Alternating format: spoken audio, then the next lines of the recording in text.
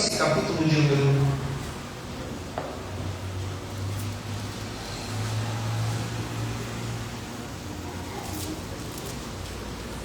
2.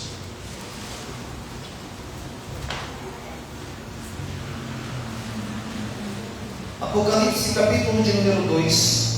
Nós vamos fazer uma leitura e depois nós vamos voltar. Não vamos falar de escatologia, não. Dá para ficar tranquilo que só citar. Não me atrevo. Apocalipse, capítulo 2. Filho, coloca para mim versículos 20 e 21. Eu quero observar com vocês e depois nós voltamos para os livros de Reis.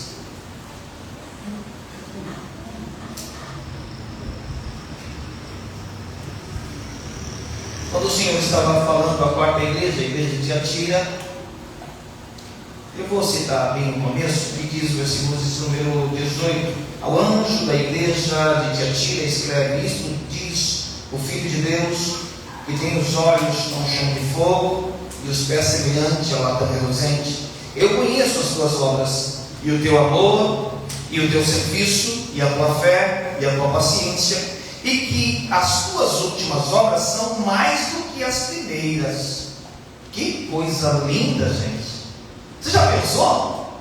Você raramente vai ver o Senhor elogiando alguém, porque, como eu disse, a profecia tem 3 funções. Vocês lembram ainda quais 3 funções da profecia?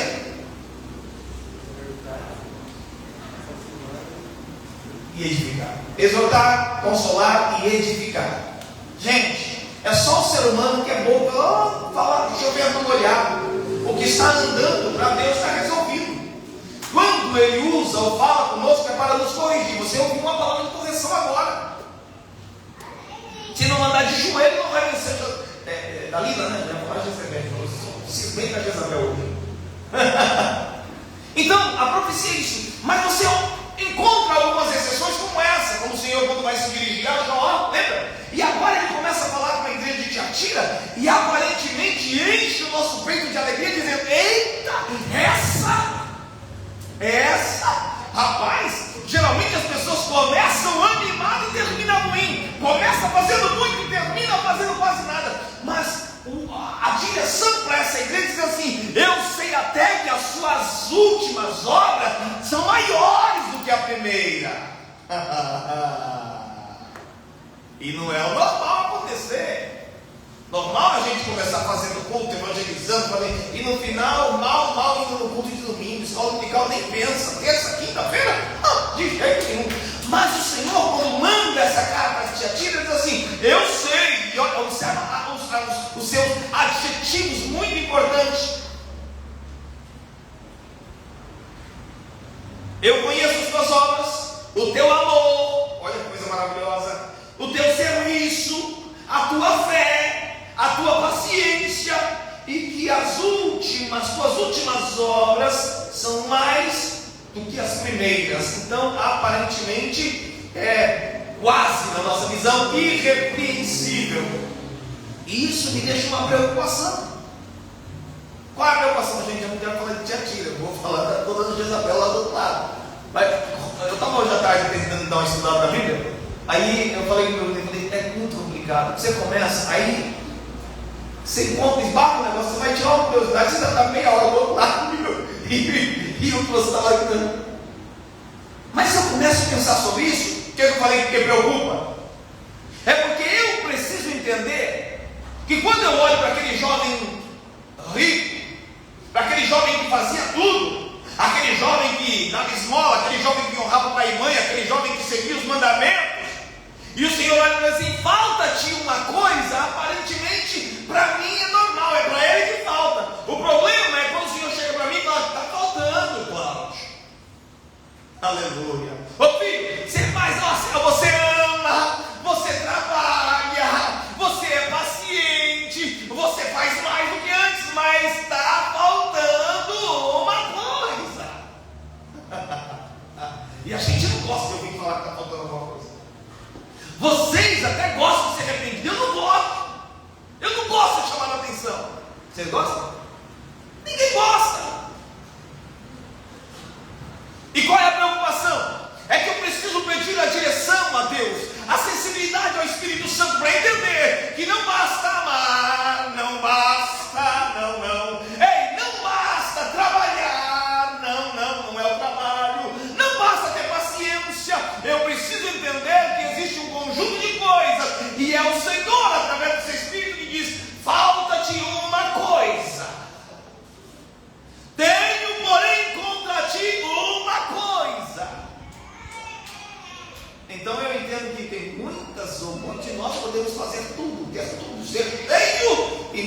assim por causa do que falta não chegar. Olha que triste a visão. Mene, mene, tekel, ufarsim, meu pés. Contou Deus o teu reino e acabou. Agora, olha essa frase do meio. Pesado foste na balança e achado em falta. Aleluia. Ô irmãos, a velhinha está precisando ganhar peso.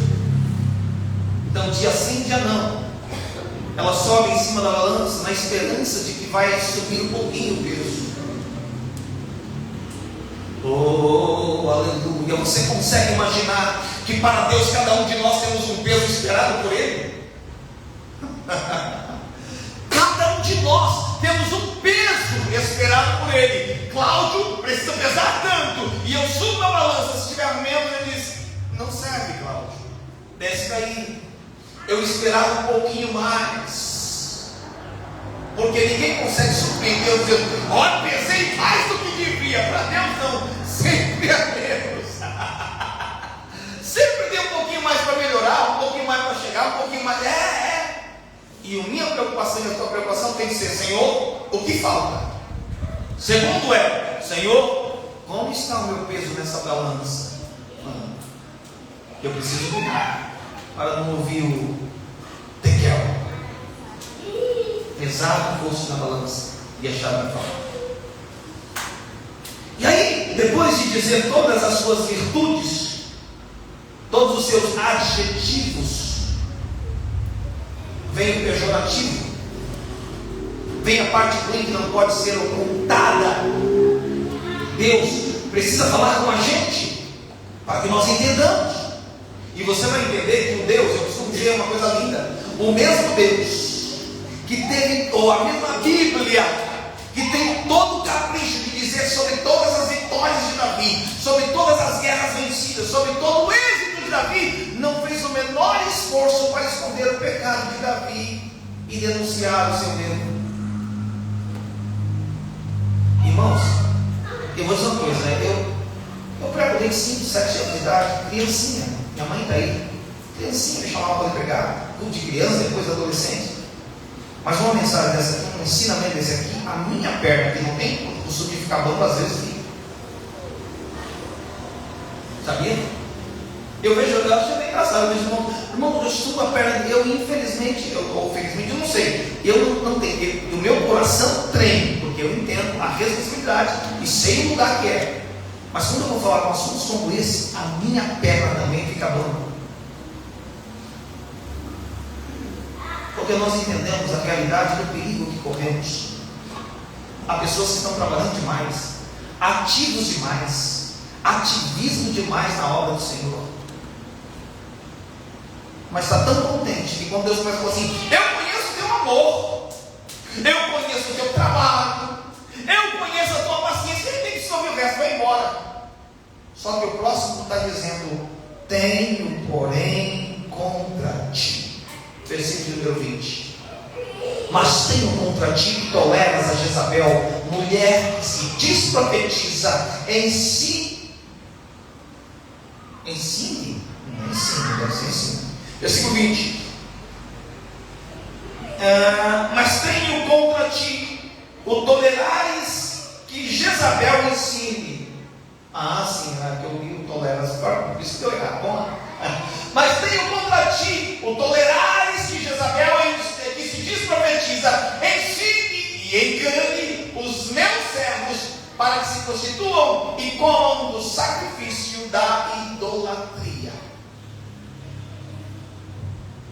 Agora é interessante, deixa eu bem claro dizer assim, tem contra ti o tolerares, o fato de você tolerar a Jezabel, mulher que se diz profetiza.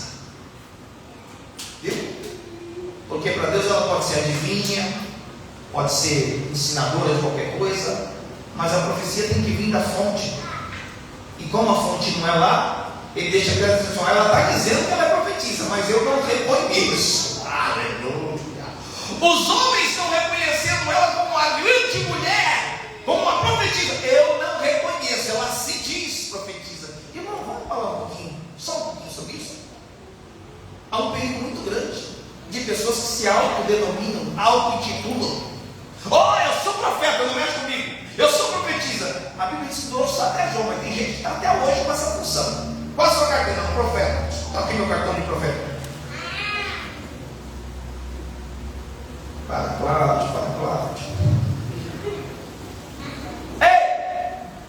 Ela se diz profetiza. E vocês permitem que ela ensina. Olha a responsabilidade de uma liderança de uma igreja. É por isso que tem gente que se entristece e vai embora mesmo. Porque está acostumado com um monte de lugar onde pode fazer o que quer, falar o que quer. Irmãos, tem pessoas que estão anos profetizando na igreja e nunca foram usadas por Deus. Aleluia. Tem pessoas que estão anos profetizando dentro da igreja e nunca foram usadas por Deus.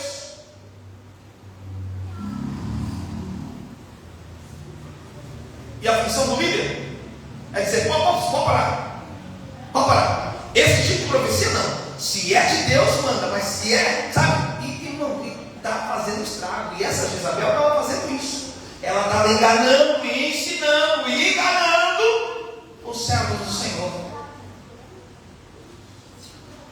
E aí, pensando nisso, eu comecei a pensar um pouquinho na Jezabel, porque eu acho que ela pode ser considerada uma das mais malignas das mulheres, biblicamente falando. Nem a Thalia, que está lá mais perto dela, eu acredito que poderia utilizar a irmã Luciana. Eu preguei isso aqui esse tempo atrás sobre a Thalia. Ui, assim, o filho morreu, ela matou todo mundo, neto, irmã, todo mundo, para poder se tornar rainha. Mas Jezabel, porque, deixa eu explicar uma coisa para vocês. Era comum que mulheres estranhas ou mulheres de povos estranhos se casassem com israelitas. Era normal isso. É só você observar. O povo de Deus, muitas vezes, mulheres, lembra de quando se fala de Ruth? Lembra de Ruth? Mas qual é a frase que as mulheres faziam? Uma vez que ela saía do seu povo, da sua casa, do seu Deus, e se unia ao povo de Deus, o que fazia? Prosélitos. Se tornavam então servas dos deuses de Israel. Foi por isso que quando Ruth estava voltando, que Noemi falou: volta, pode voltar para sua casa, o seu pai, os seus deuses. Ela disse: não dá mais, o que quer? Agora não tem jeito, porque não, o teu povo é o meu povo, e o teu Deus é o meu Deus. Isso é de se esperar. E eu estava pensando sobre o poder manipulador de Jezabel. Porque quando outras se convertiam ao Deus de Israel, ela veio com um propósito, dizendo: eu vou desviar os homens e as pessoas do culto ao Deus de Israel. Ela literalmente se levantou como inimiga do Deus de Israel. E olha, irmãos, o poder de persuasão não se pode ser comparado a pedido. E é muito bom não achar que não vai ser convencido. Há um ditado popular que diz que a água mole em pedra dura, tanto bate até que fura. Tem momento que você precisa identificar. Precisa. Porque Jezabel foi com uma finalidade: eu vou colocar culto a Baal. Eu vou colocar, meu negócio vai ser os Baalites. Deus de Israel, não. Eu não quero saber. Eu vou acabar com esses profetas. Eu vou matar quem fala no Deus de Israel. E se levantou como inimigo. Encontra um homem sem pulso, um homem que facilmente é comandado. A gente dá até risada, né? Quando ele vai de bico, né? Pastor Carlos? De bico para casa. Oh, Nabote não quis me dar a vinha. Homens fracos, que em vez de resolver o problema da esposa, a esposa tem que resolver o problema deles. Aí depois reclama porque é dominado, porque é mandado pela mulher. Claro, não tem uma posição de líder. A mulher não enxerga uma cabeça para guiá-la. Ai. É conhecido, você quer, né?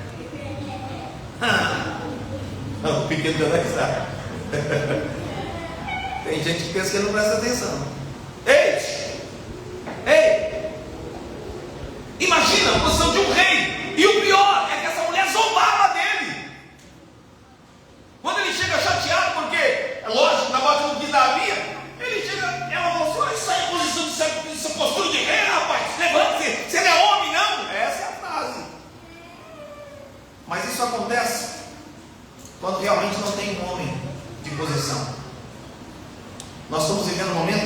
perigoso falar isso, porque parece que posicionar-se como varão, como macho, como homem, está sendo ofensivo.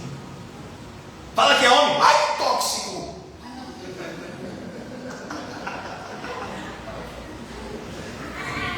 Mas homem é homem. Gente, pensamento inclusive, sai pra lá. Nós vamos para você, não pode parar. Homem é homem, mulher é mulher. Deixa o menino pra lá. Entendeu? Ei, é necessário ter posição. Isso você literalmente está agradando a Deus, protegendo a família. Mas quando o homem é sensível demais, tudo reclama, tudo sofre, tudo chora, vai apanhar, ser conduzido pela mulher e ela vai te levar para o buraco. Se ela não for alguém, sabe, com a sabedoria de Abigail.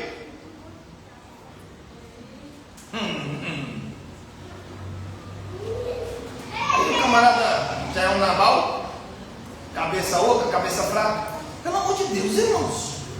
Estou querendo sair daqui, mas não, difícil sair desse livro aqui. Pelo amor de Deus, irmãos. Um camarada que chegou à posição de rei, isso não é fácil. Ele não chegou à posição de rei porque ele era um valente. Não chegou à posição de rei porque, não, é porque estava na sucessão. É por parentesco, tem muita gente assim, em posição alta, mas é o quê? Mas é um fracote. É alguém sem pulso. É alguém que a família está perdida. Sabe? Por quê? Porque não sabe o que seguir. Não há uma liderança. Não há um norte. Não há um condutor ali. Essa é a nossa função. E a função do pastor, quando percebe no meio da igreja, quem se diz profeta que não é. Já aconteceu aqui. Saíram chateados, porque eu chamei e falei, faça favor, aqui não. Pode fazer o que quiser. Faz em tudo qualquer lugar. Aqui não. Aqui tem pastor e tem Bíblia aberta. Viu? Saí criando confusão no meio da igreja, com profecias de visão, de sonho, de barriga cheia. Não. Fale, porque a palavra fala. E ela é um crivo. Então, esse povo muito bom, esse povo que amava Tiatira, esse povo que trabalhava, aí eu vou usar a expressão trazendo para a nossa linguagem, saía para evangelizar, fazia aparentemente tudo, mas tinha alguém tão fraco, pulso, que reconhecendo que alguém estava ensinando errado e levando o povo a se desviar, ficou calado e tolerou. Porque sabe o que acontece, irmão? O problema do ser humano é não entender o benefício do confronto. O benefício, rapaz, eu fico até mais homem quando eu ouço um negócio desse. Até mais bravo. O benefício do confronto. Sabe por que muitos pais estão perdendo seus filhos? Medo do confronto, tolerar. A criancinha já está levantando a mão, o pai está tolerando. Não, depois vai mudar sim, depois vai bater mais forte. Depois vai pegar um porrete com você. Cadê a posição, gente? E a repreensão vai dizer assim, ó, eu tenho contra ti que você está tolerando a Jezabel. Você conhece as profecias a respeito dessa mulher. Elias já falou, Eliseu já continuou. Você sabe referente a essa mulher, você sabe que não presta. Por que você está... Por que está dando oportunidade na sua igreja para dar ensino? Por que está deixando chegar costumes de fora que não são seus? Aqui, irmãos, os irmãos já me conhecem, falam claramente. Irmãos, ninguém aqui pode dizer, pastor, não me deixa. Porque tem aqui perto, tem gente que fala assim, não pode visitar, não pode lá, não, aqui não. Todo mundo é livre. Não tem ninguém com corrente, coleira, nada, todo mundo livre. Só que eu sempre falo, irmãos, o que é de lá é de lá. Não traga costumes que vão mudar. Aqui não. O que é bom, nós agregamos. O que é bom, o que é mal, fica lá de fora. E o Senhor repreende, dizendo assim, eu tenho contra ti, você está tolerando. Não pode ficar bem, eu não vou mudar, não, só nesse tempo. Daí para trás. Tolerando. E eu quero só refazer. Experimente não tolerar algumas coisas que vão te levar à ruína, tá bom? Experimente. Eu preguei uma vez aqui, eu dei uma vez aqui sobre a semente, lembra da semente? Do semeador, sabe? Diz que umas caiu entre os espinhos. E olha como diz o texto assim, ó. E eles cresceram e sufocaram-na. Não, gente, eu estou achando que a gente vai mudar o comportamento. Ah, se vai. Porque quando é pequeno, você tolera. Não faz mal, não está doendo, mas vai crescer. E quando crescer, vai te sufocar. Eu vou voltar a falar só um pouquinho sobre filhos. O filho que te responde hoje, amanhã vai calar a tua boca, vai te sufocar. Porque você está perdendo a autoridade de pai, a autoridade da mãe. Está querendo virar um amiguinho quando é pai, quando é mãe. E depois, cala a boca aí! E vai calar mesmo, senão vai apanhar. Deixou crescer o espinho, sufocou. Espinho que cresce, sufoca. Ai. Voltemos aqui. Então, a repreensão para Tiatira foi tolerada de Jezabel. Não foi falta de amor. Lembra das repreensões para Sardes, por exemplo? Os irmãos de Gálatas. Não, o caso aqui é bonito. Os camaradas amavam, os camaradas trabalhavam. Entende? E aí eu pensei um pouquinho sobre Jezabel. Vamos voltar um pouquinho. 1 Reis, capítulo de número 21. Depois, temos mais 15 minutinhos, gente. Deixa eu ver se eu consigo falar um pouquinho mais. Depois que Jezabel comete aquele grave erro de matar Nabote, e isto eu estava hoje pensando como Deus é misericordioso e Ele é longânimo. E se Ele fosse igual a gente, estava tudo errado, irmão. Porque Ele dá tempo. Quer ver? O versículo 20, volta lá no que você estava, versículo 21. No Apocalipse 2, versículo 21. E dei-lhe tempo, eu queria saber, mas volto lá. E dei-lhe tempo para se arrepender da sua prostituição e não se arrependeu. Ok? Ou seja, Deus é longânimo. Por nós, era matar Nabote e matava ela. Era rapidinho, você ia deixar para socar, mas de jeito nenhum. Acabava na hora, matava na hora. Deus não, Ele dá tempo. E inclusive Ele até muda alguma sentença. É claro que ele vai cumprir com sua palavra. No caso de Acabe, por exemplo, Isaías profetiza dizendo: você vai morrer. Aí o malandro conhece a Escritura, sabe sobre o Deus de Israel. Certamente a mente dele lembrou dizendo assim: se eu disser para esse povo que eu vou matar, que eu vou destruir, que não vai me dando, se o meu povo que se chama pelo meu nome se humilhar, se arrepender, se obedecer ao mau caminho, então eu ouvirei e perdoarei. Aí eu imagino que o esperto do Acabe falou: quer saber uma coisa? Eu vou me humilhar. Vestiu de roupa de saco e foi lá. Deus saía para quebrar e para cumprir o que falou, mas olha, eu não posso. Até o ímpio sabe que se humilhar, Deus muda. Deus dá um jeito, e o crente não quer fazer isso. Dá para entender isso? Até o mau homem como Acabe sabe que se ele se humilhar, Deus vai ser tolerante com ele.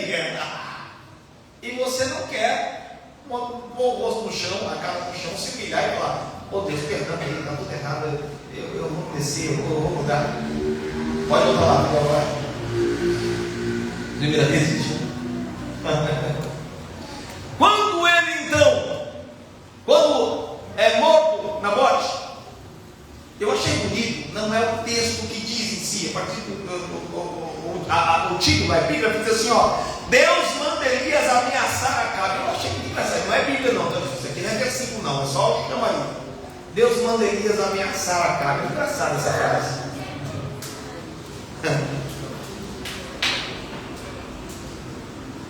Deus mandou Elias ir para cá, versículo número 19. E falar-lhe-ás dizendo: assim diz o Senhor, porventura não mataste e tomaste a herança? Falar-lhe-ás mais dizendo: assim diz o Senhor, no lugar em que os cães lamberam o sangue de Nabote, os cães lamberão o teu sangue, o teu mesmo. Parou aí um pouquinho, eu não vou conseguir chegar nessa parte, mas eu quero só lembrar a vocês, o que o Senhor fala é íntegro, irmãos, acontece na íntegra. Acabe foi ferido na batalha, não foi lá onde o sangue colocou. Acabe, lembra que ele chamou o Joás e falou assim: olha, pega minha roupa de rei, eu vou de soldado no meio do povo, eu vou disfarçar no meio do povo, né? Só que quando os inimigos vierem, eles tinham uma ordem: não mata ninguém, nem grande nem pequeno, só o rei. Aí eles chegaram, os inimigos chegaram e foram entrando, quando viram a carruagem do rei, correram. Mas aí o outro não é bobo, já gritou: opa, essa voz não é do rei, cara, estão nos enganando, deixa, volta. Quando está indo embora, imagina a cena, eles estão voltando porque não acharam o rei. Um soldado desavisado lá falou: quer saber de uma coisa? Vem para a guerra, não vou dar uma flechada, mas de jeito nenhum. A única flecha lançada naquela batalha, eles tinham ordem para matar ninguém. O camarada desobedece, fala: quer saber uma coisa? Pelo menos uma flechada. Ele levanta ele estica para cima, em direção ao povo, e solta a flecha. A flecha vai indo, e vai descendo. Encontra um soldado lá no meio do povo. Quem era o soldado? O rei disfarçado de soldado. A única flecha, mandado no endereço certo. E aí o texto diz que ela entra dentro do cinturão, sabe? Morre na hora? Morre não. Por quê? Dá tempo de fugir. E aconteceu o que está dizendo: no lugar em que os cães lamberam o teu sangue de Nabote, os cães lamberão o teu sangue. Sabe o que acontece? Coloque no carro, sai correndo com ele, e o sangue dele, pim, dentro do carro, e virando o rio dentro do carro. Tira, leva ele para lá. E agora? Vamos lavar o carro, vamos. E quando para lavar o carro, os cães falam: opa, chegou o alimento para nós. Os cães vão lá e vão lamber o sangue exatamente no mesmo lugar em que lambeu. O que eu quero dizer para você é que o Senhor falou se cumpre na íntegra. Há muitos pregadores que olham e falam assim: nem tudo é de forma literal. Por exemplo, quando o Senhor disse para Moisés: você vai para a terra prometida. Aí depois o Senhor diz assim: não, você não vai mais entrar lá. E aparentemente é como se Deus tivesse mentido, dito que ia e depois não vai. Só que os anos passam, o tempo passa. E aí um dia, no Monte da Transfiguração, quem está lá? O Moisés, que ia na terra e que foi pedidinho naquela vez. Ele estava lá naquele lugar. Você tem que entender que tudo que a Bíblia fala vai acontecer naquele lugar. Eu cito rapidamente o fato da concordância de Deus com Elias, quando Eliseu lhe pede porção dobrada do Espírito. Ele olha e fala: tudo é coisa que me pediste, mas se você vê a hora que eu vou tomar, vai acontecer. Só que Elias realizou 7 grandes milagres, e Eliseu 14 grandes milagres. Notório de 13. Eliseu 13 grandes milagres, e morreu. E aparentemente deu errado, porque o dobro de 7 é 14, não é 13. Aí passa o tempo, Elias começa a se decompor e fica só os ossos na cova. Fala, Eliseu, obrigado. Eliseu morre, começa a ficar só os ossos na cova. E aí os homens vão levar um morto que morreu lá, o morto que morreu lá, né? Redundância, pleonasmo, é daí para mais. Vai levar então e enterrar. Só que quando eles estão enterrados, os inimigos vieram e falam: não, joga! Jogaram o morto, e o morto vai rolando e encosta no rosto de Eliseu. Levanta e sai correndo. Quem está o morto lá, correndo na frente de quem estava pedindo socorro? Morri uma vez, quer morrer de novo. Nada. Imagina a cena. O camarada encosta no osso de Eliseu, levanta e corre. Por quê? Porque o dobro de 7 é 14, não é 13.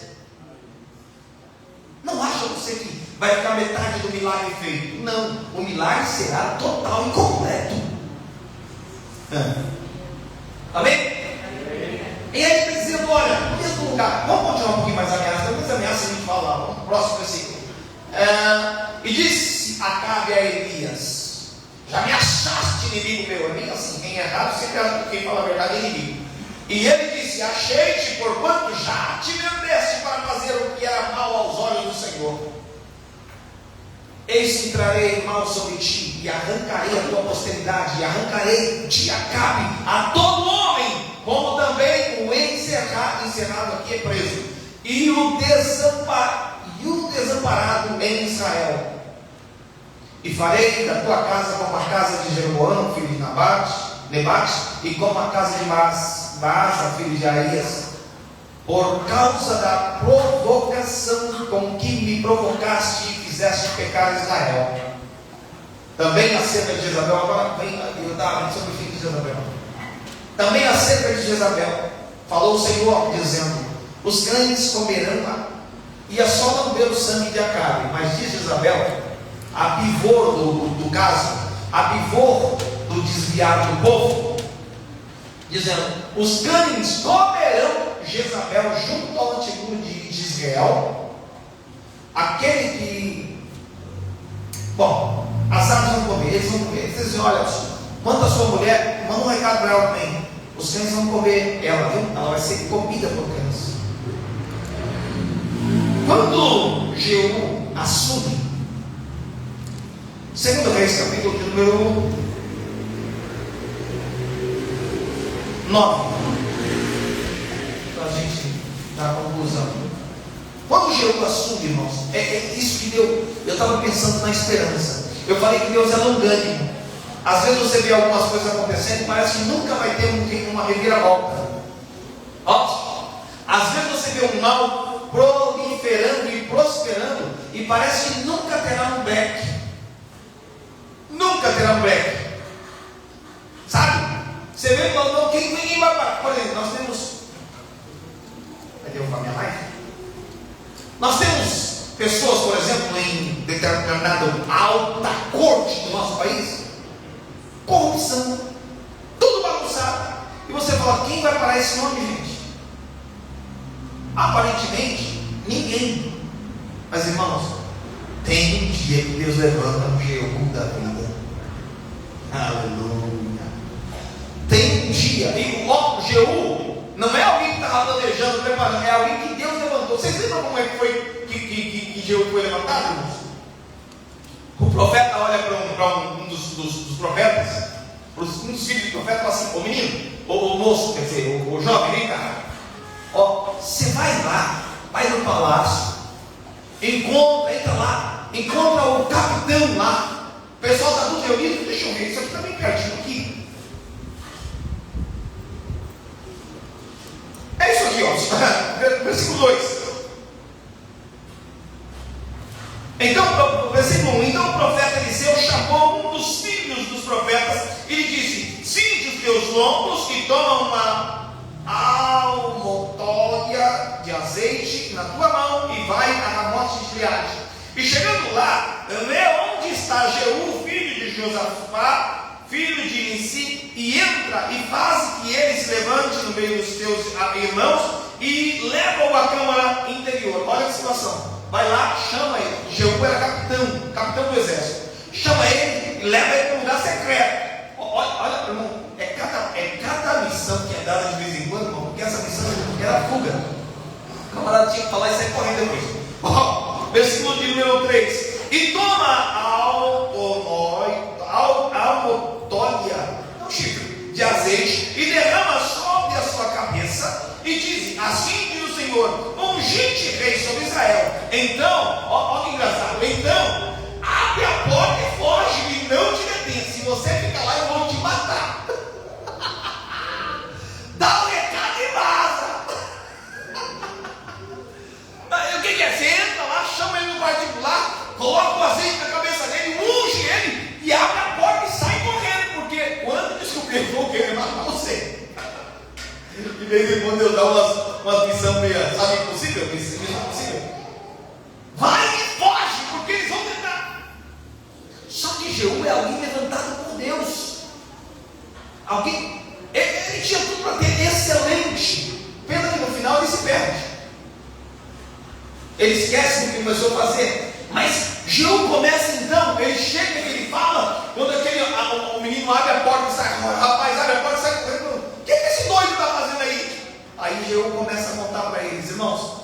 Jeú levanta então o exército e começa a matar os inimigos de Deus. Porque o Senhor falou assim: aqueles que mataram meus profetas, você vai acabar com a casa de Acabe, Jezabel e todos aqueles que há anos vem fazendo sofrer o meu profeta. Isso é uma palavra de esperança para quem tem Deus, para quem crê, para quem está sofrendo. Tem um dia que Deus levanta um Jeú. Aleluia.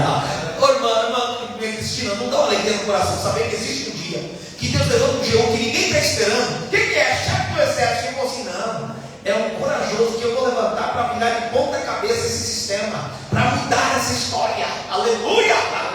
E Jeú começa a matar os inimigos da causa de Deus. Jeú era tão valente. Quando ele encontra Jeroboão, que ele encontra Jonadab.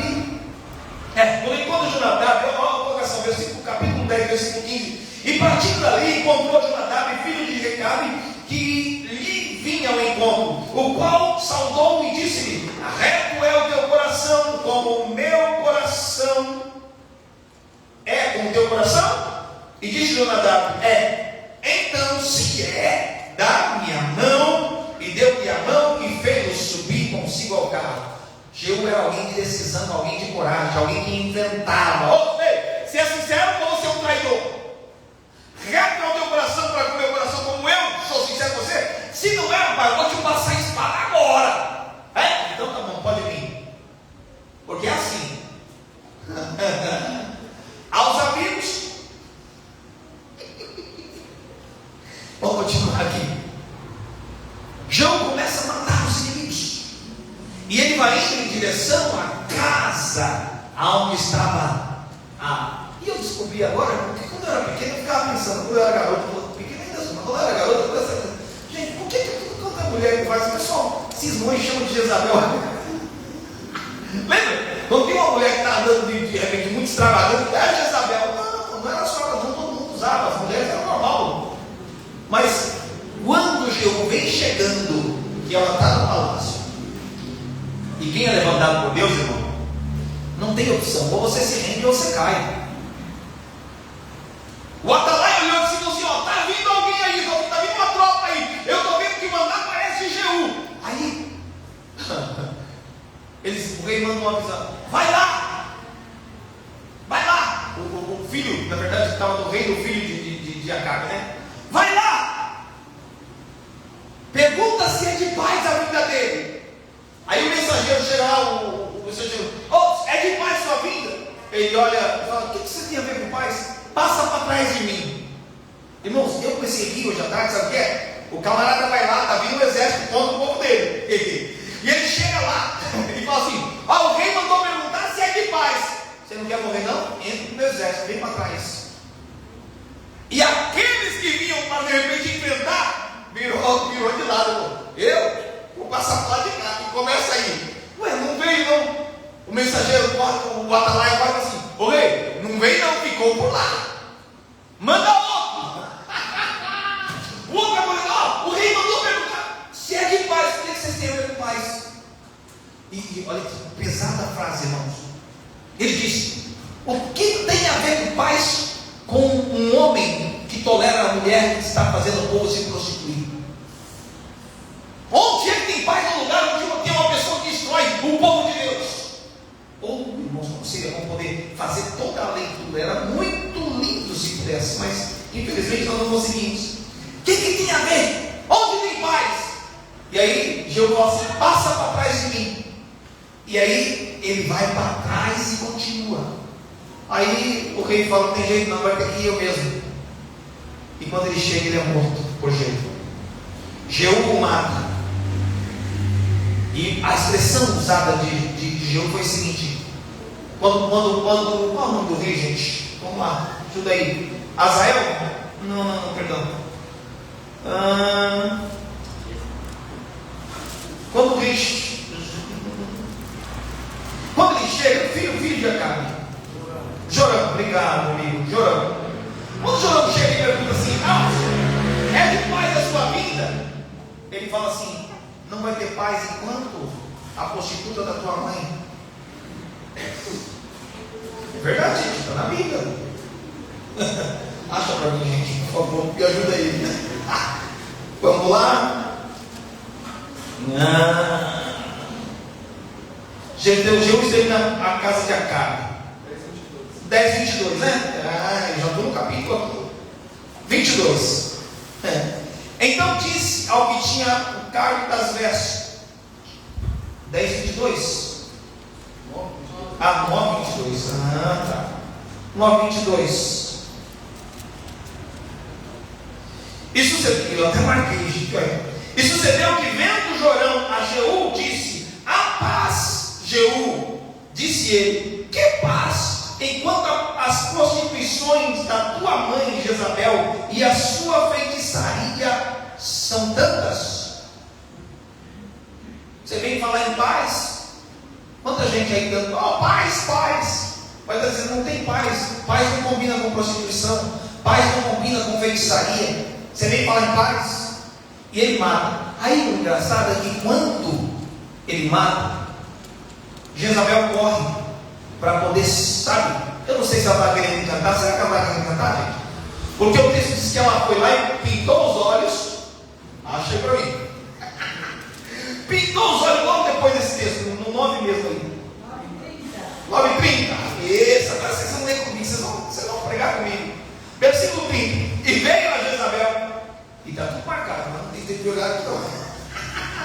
Veio a Jezabel. O que ouvindo Jezabel se pintou em volta dos olhos e enfrentou a sua cabeça e olhou pela janela. Foi fazer charme pela janela, sabe? Não, ele não vai resistir o meu encanto. Passou sei lá como é que é o nome do negócio que passa no zóio. Ô gente, tem gente que aquele negócio tudo roxo, é feio, não é bonito não. Mas você não vai colocar, problema seu. Mas eu, como homem, acho muito feio. Gente, se a pessoa tivesse zóio daquela cor, não ia postar. Ia mandar fazer uma plástica. Mas coloca meu zóio, né? O pessoal da internet, é aqui, meu, é a igreja. Coloca o negócio. Tem gente que reboca. Meu Deus, não dá. Você não pode falar que é feio. A pessoa não vai acreditar, é perigoso você apanhar ainda. Eu não estou falando da pintura, do exagero. E coloca um negócio preto mesmo assim. Meu Deus, parece que alguém tem um soco no olho da pessoa que está, né? Jezabel pintou os olhos. Na época tinha cílios. Acho que eles pegavam de pavão para colocar assim.